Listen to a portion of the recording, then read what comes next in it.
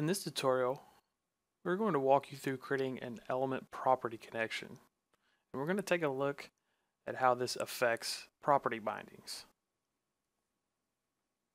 So I've taken the project from the previous tutorials and I went ahead and just went and renamed some stuff just to make things make a little bit more sense moving forward. Confusing. Alright, so let's get started. Let's go into our game core. What we're going to do is add another element. Let's just call this game player element.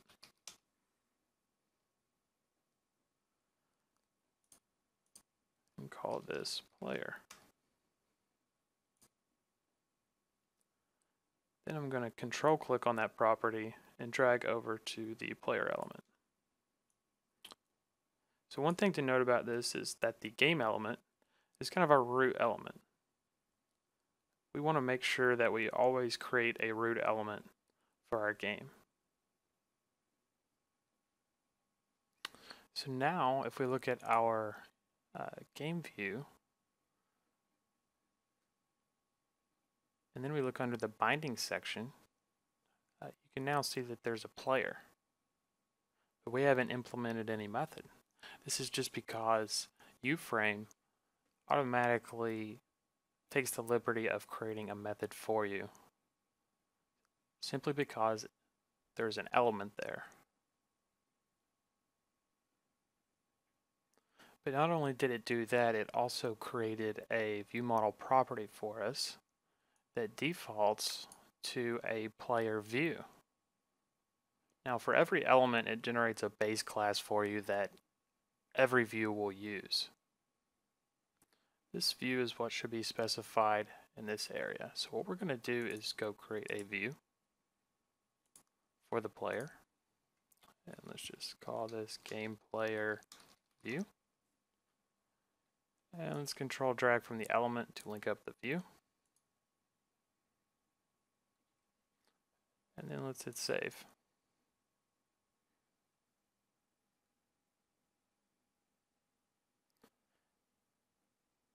Once that compiles, now we just want to right click on the view, go to add to scene.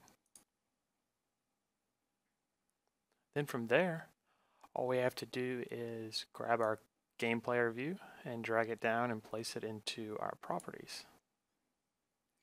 So when this view model, the game view model, is initialized, it will initialize the player property with the view model that is used in this view. So just for fun, let's go ahead and just say the health, or add a health property, and let's click on the type and let's make that a integer for now.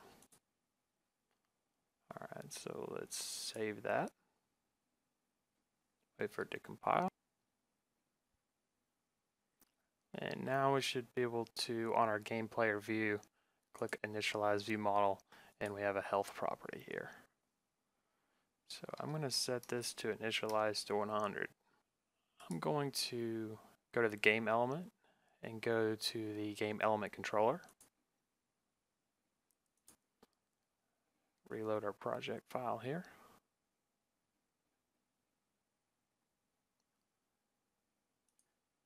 And on the initialize, I'm just going to do a debug.log for demonstration purposes, the health property.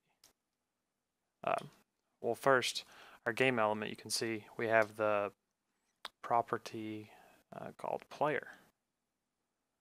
And what this is the game player elements view model.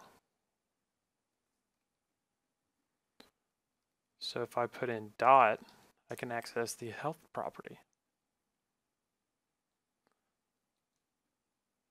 So let's save that, go back to our game, and now when we run, we see 100 is outputted in the console. So in our scene, let's go up to game object, create other, and create just a simple cube. and throw it in our game player view. I'm going to go ahead and drag this under the game view because it just makes sense. So now we have the basic scene set up and matches our diagram pretty well. So now we're going to move on to the actual binding. We've got it initializing, and this is great if it already exists in the scene. But if it does not exist in the scene, you want to bind it to the actual player property, meaning that we're going to set this in the controller and make more of a dynamic scenario. So what we need to do is create a resources folder. Create folder, and let's do resources. Alright, and let's just drag our game player view right into the resources folder. And we're going to take the view off there, just to call it game player.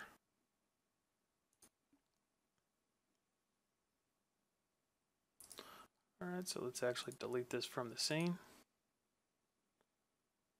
And do... now that this is missing, that's okay. Let's set it to none. Let's turn our binding on. And what it gives us is an option for a prefab. So let's drop this prefab in. And when we run, you can see we have errors here. This is because whenever we use the binding, it doesn't automatically do anything. It wants you to actually create this in the code. And it actually reads from the element property. So this player property, when this loads, it's going to try to instantiate it rather than expecting it to already be there. So in order to do this, all we need to do is go into our controller for our game element, do game element dot player equals game player element controller. And this is an important note that any links from one property to another element, it automatically knows that, okay, these guys know about each other. So in your controllers, UFrame takes the liberty of generating properties that are for the controllers of the associated elements. This works both ways. If game player element had a property that linked to game element, it would also generate the game player element inside of game element. So it works in both directions. So now that we have our property here for our controller, we can simply call create game player element.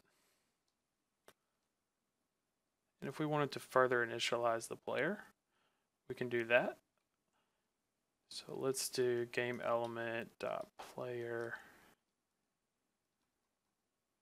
dot health equals 50. Just for fun, change it up a bit. All right, let's switch back. Clear out our console from those bugs before. And let's hit play.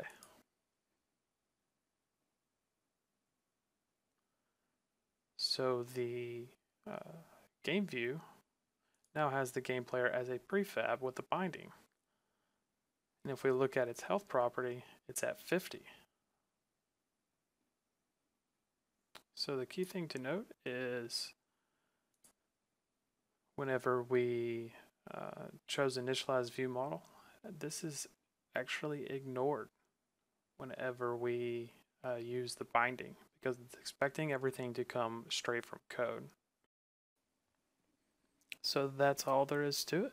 We'll have links on the webpage below this video where you can learn more about customizing what is generated for you and implementing your own way of instantiating things to fit your scenario better. Thanks for watching.